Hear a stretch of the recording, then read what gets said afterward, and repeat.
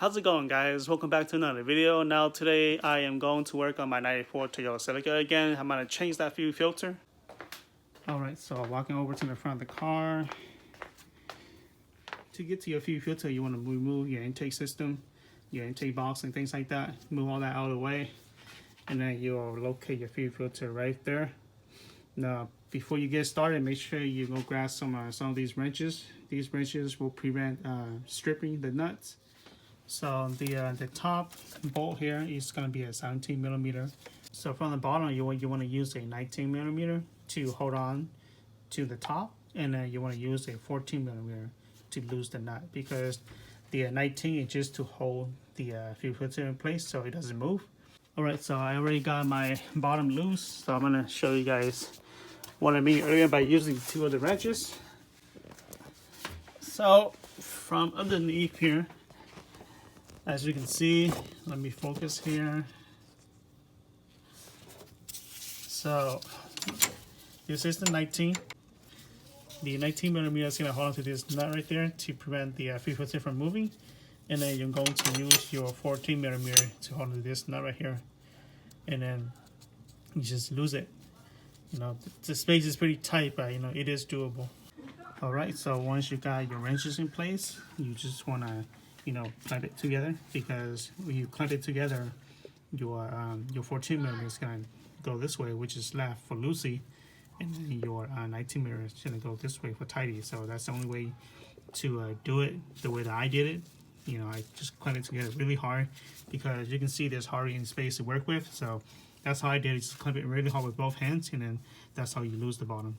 Alright, so I'm going to use my impact gun here to loose up the top. It's going to be a 17 millimeter. There you go.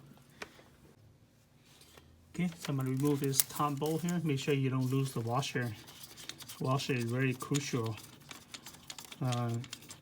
because aftermarket washer is not going to be the same. So just make sure you don't lose that washer. I mentioned that because I tried using a aftermarket washer, or just like a random washer from like the auto parts store, and it just doesn't seal as good as the OEM washer. Just make sure you don't lose it. Alright, so remove that. Oops, leaking. Okay, I'm gonna place it out like that so it doesn't leak. Maybe like this. Yeah. Keep fuel from leaking. And then your next step is to lose this bolt right there, and then this clamp here has to lose up so you could take out your fuel filter. Alright, so this is my old fuel filter. I got this out. It wasn't really that hard, but then yeah, it's just a little bit time consuming. If you have the correct tool, then it shouldn't be that hard.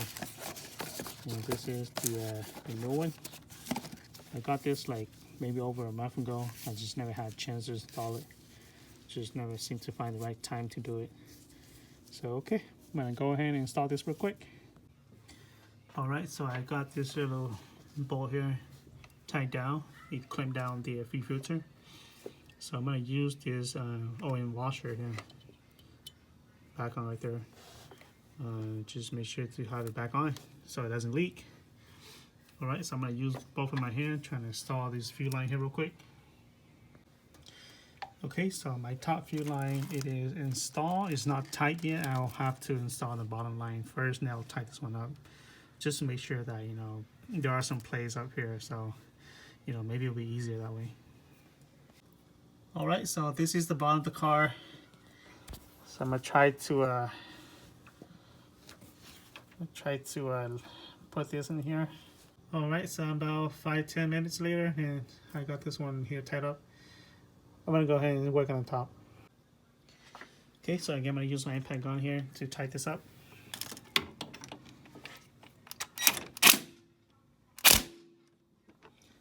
There you go, that should be tight enough. Okay, next step, I'm going to install my intake. Alright, so my intake is installed. Everything looks good from the top. Next step is to turn on the engine to see how it runs.